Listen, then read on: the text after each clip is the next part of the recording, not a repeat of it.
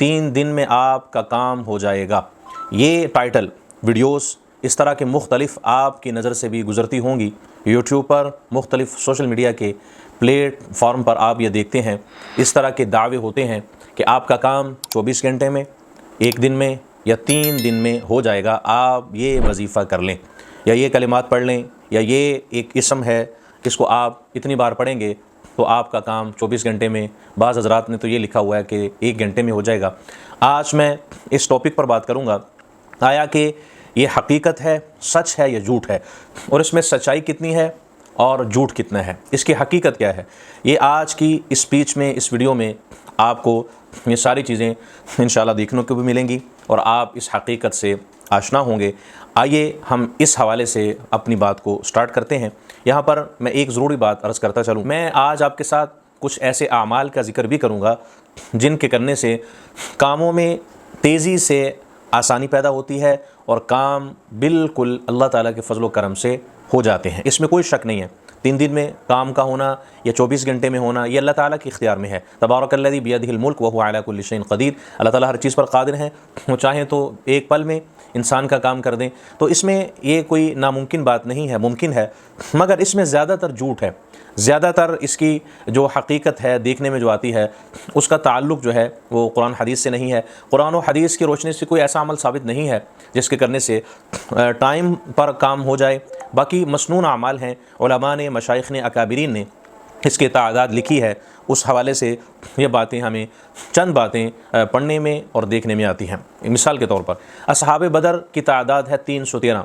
علماء نے لکھا ہے، مشائخ نے، اکابرین نے، کہ جو شخص اصحاب بدر کی تعداد کے مطابق کوئی بھی عمل کرے، وظیفہ کرے، تو اس کے اندر بڑی تاثیر ہوتی ہے، بڑی طاقت ہوتی ہے۔ 313 صحابہ کرام تھے، جب وہ میدان بدر میں پہنچے، ایک جگہ پر انہوں نے جا کر پڑاؤ ڈال لیا، تو اللہ کے محبوب صلی اللہ علیہ وسلم بھی وہاں تشریف فرما ہے، مسجد العریش ہے، وہاں پر آپ علیہ السلام نے ایک اوپر سائبان سا بنا لیا جس کے نیچے تمام صحابہ کرام بیٹھ گئے، رات اللہ سے مانگتے رہے، عبادت میں مشغول رہے، دعائیں کرتے رہے۔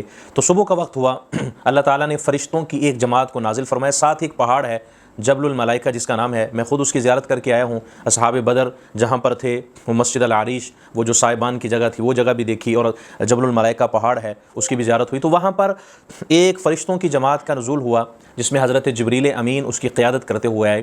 تو صحابہ کرام فرماتے ہیں ہم نے اس پہاڑ پر فرشتوں کو خود نازل ہوتے ہوئے اپنی آنکھوں سے دیکھا، سفید رنگ کا انہوں نے لباس پہنا ہوا ہے، حضرت جبریل امین اس کی قیادت کرتے ہوئے آئے۔ تو اللہ تعالیٰ نے اصحاب بدر کو فتح عطا فرمائی، وہ مسلمانوں کی جو جنگ تھی اس میں فتح حاصل ہوئی، اس کے جو مخالف تھے اس میں بڑے بڑے کافر تھے، اور وہیں پر کافر وہ مارے گئے، ان کی تعداد ہزاروں میں تھی۔ تو یہاں پر 313 تھے، تو اس تعداد سے اگر وظیفہ کو کیا جائے، کوئی عمل کیا جائے، ہمارے مشائخ نے لکھا ہے، اکابرین نے، کہ اس کی مراد اور اس کا عمل وہ کارآمد ثابت ہوتا ہے۔ تو آپ آئیے اس ویڈیو کو آخر تک دیکھتے رہیں تاکہ آپ کو بہت ساری چیزیں سیکھنے کو ملیں اور اس کی حقیقت بھی آپ کو سمجھ آئے، اور کون سے وظائف ایسے ہیں جن کی تاثیر بہت زیادہ تیز ترین ہے اور بہت زیادہ ان کے اندر طاقت ہے۔ تو ہم بات کرتے ہیں، آپ ہمارے چینل کو سبسکرائب ضرور کیجئے تاکہ مزید ویڈیوز آپ تک پہنچتے رہیں۔ کمنٹ میں ایک بار اللہ لکھیں، اللہ کی مدد اور نصرت ہمارے اس عمل میں شامل ہو جائے، ہمارے کام آسان ہو جائیں، شرکیہ حرکات سے، تعویذ گنڈوں سے اور غیر شرعی طریقوں سے اپنے آپ کو بچا کر قرآن و حدیث کی روشنی سے آپ اپنے مسائل کا حل پائیں۔ الحمدللہ وکفی وسلام علی عبادہ الذین اصطفی، اما بعد۔ یہاں سے میری سپیچ شروع ہو رہی ہے۔ سب سے بنیادی جو ایک عمل ہے جس کے متعلق میں عرض کرتا چلوں، وہ عمل ہم اگر کریں تو ہماری ہر حاجت کو اللہ تعالیٰ پورا فرمائیں گے اور بہت جلد پوری ہوگی۔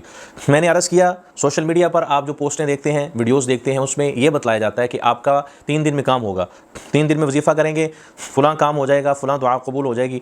ہاں، اس میں اگر آپ پوری نیت سے وہ عمل کریں، اخلاص کے ساتھ کریں، اور اللہ پر کامل یقین آپ کا ہو، آپ کا بھروسہ ہو، اور آپ اپنے ایمان اور عقیدے کے ساتھ اگر کریں گے تو اللہ تعالیٰ اس میں آپ کے مسئلے کو حل فرمانے کی طاقت رکھتے ہیں۔ لیکن اس میں قرآن اور حدیث کی روشنی سے ہمیں اس کی جو تعلیمات ملتی ہیں اس میں یہ چیزیں ہمیں کوئی خاص طور پر تو نہیں بیان کی گئیں کہ یہ کنفرم چیزیں ہیں۔ بہرحال یہ ہے کہ اگر امید سے انسان کرتا ہے تو اس میں اللہ تعالیٰ کی طرف سے کاموں میں آسانی ضرور پیدا ہوتی ہے اور کام ہوتے ہیں۔ اب ہم بات کریں گے وہ کون سے عمل ہیں، وہ کون سے کام ہیں جن کاموں کے کرنے سے ہم اپنے کاموں کو بہت آسانی کے ساتھ پایا تکمیل تک لے کر جا سکتے ہیں اور کامیابی حاصل کر سکتے ہیں۔ اس میں سب سے بنیادی جو عمل ہے جو میری نظر سے گزرا اور احادیث مبارکہ میں بھی اس کا ذکر ہمیں ملتا ہے، وہ ہے استغفار کثرت سے کرنا۔ نبی کریم صلی اللہ علیہ وسلم نے فرمایا جو شخص کثرت سے استغفار کرتا ہے اللہ تعالیٰ اس کی ہر تنگی کو دور کر دیتے ہیں، اسے ہر تنگی سے نکلنے کا راستہ اس کے لیے اللہ تعالیٰ بنا دیتے ہیں اور وہ بندہ ہر تنگی سے ہر مشکل سے نکل جاتا ہے۔ تو یہاں پر علماء نے لکھا ہے کہ آپ استغفر اللہ ربی من کل ذنب و اتوب الیہ، یہ استغفار پڑھیں اور اس کو کم از کم 100 بار، 100 مرتبہ، اور اگر آپ ہو سکے تو 300 بار پڑھ کر آپ اپنی حاجت کو اللہ کے سامنے رکھیں۔ یہ عمل ہمیں احادیث مبارکہ کی روشنی سے ملتا ہے۔ حضرت نوح علیہ السلام کا جو ذکر آتا ہے سورہ نوح کے اندر، فَقُلْتُ اسْتَغْفِرُوا رَبَّكُمْ إِنَّهُ كَانَ غَفَّارًا يُرْسِلِ السَّمَاءَ عَلَيْكُمْ مِدْرَارًا وَيُمْدِدْكُمْ بِأَمْوَالٍ وَبَنِينَ وَيَجْعَلْ لَكُمْ جَنَّاتٍ وَيَجْعَلْ لَكُمْ أَنْهَارًا۔ یہ بتلایا گیا ہے قرآن کریم سورہ نوح میں پارہ نمبر 29۔ اللہ تعالیٰ فرماتے ہیں استغفار کرنا آپ کا کام ہے، مال اور دولت کا عطا کرنا میرا کام ہے۔ مال بھی ملے گا، اولاد بھی ملے گی، ہر طرح کی فراوانی سے اللہ تعالیٰ آپ کو نواز دیں گے، مالا مال فرمائیں گے، لیکن شرط یہ ہے استغفار کو اپنا آپ مشغلہ بنا لیں اور استغفار کو کثرت سے کرتے رہیں۔ نمبر 1۔ دوسری چیز یہاں پر ہمیں جو خاص طور پر احادیث مبارکہ کی روشنی سے ملتی ہے وہ ہے درود پاک کو کثرت سے پڑھنا۔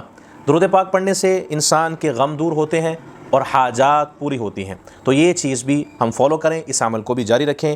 اس کے متعلق علماء نے لکھا ہے کم از کم آپ 313 بار روزانہ آپ درود پاک پڑھیں۔